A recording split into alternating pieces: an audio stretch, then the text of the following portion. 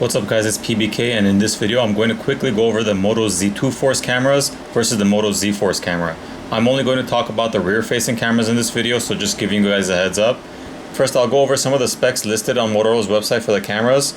On the Z2 Force we have dual 12 megapixel IMX386 sensors, and the camera has an aperture of f.2.0, depth detection and depth effects, which I'll talk about later in the video, zero shutter lag, phase detection autofocus, laser autofocus, closed loop actuator, color correlated temperature, and it's got dual LED flash and also has professional mode.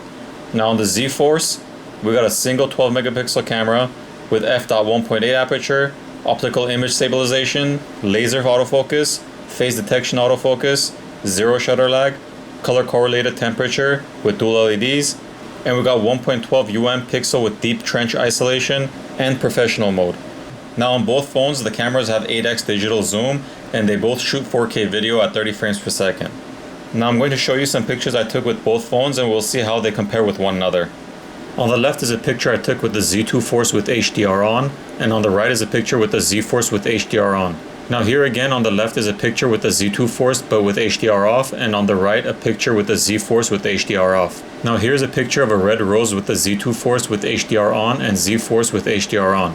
And the same picture is taken with HDR off on both phones. You can see the Z2 Force has more of a colorish tone to the pictures compared to the Z Force, which has brighter, close to white tints. However, you can see that the Z2 Force picks up the background in more detail, whereas the Z Force, the background is more blurred in both pics. Here's a picture taken indoors with low lighting and just the light from the street coming through the front door. No lights in the room were on. The Z2 Force on the left took a brighter picture with more white in there, whereas the Z Force this time took a dimmer picture with more color. This is a picture taken in the garage at night with the flash turned on. The Z2 Force took a darker picture on the left, while the Z Force took a brighter picture on the right. Both phones have the same CCT dual LED flash, so we can't say the flash was brighter on one phone compared to the other. So we're sticking with the conclusion that the camera of the Z2 Force took in less of the light bouncing back from the flash compared to the Z Force.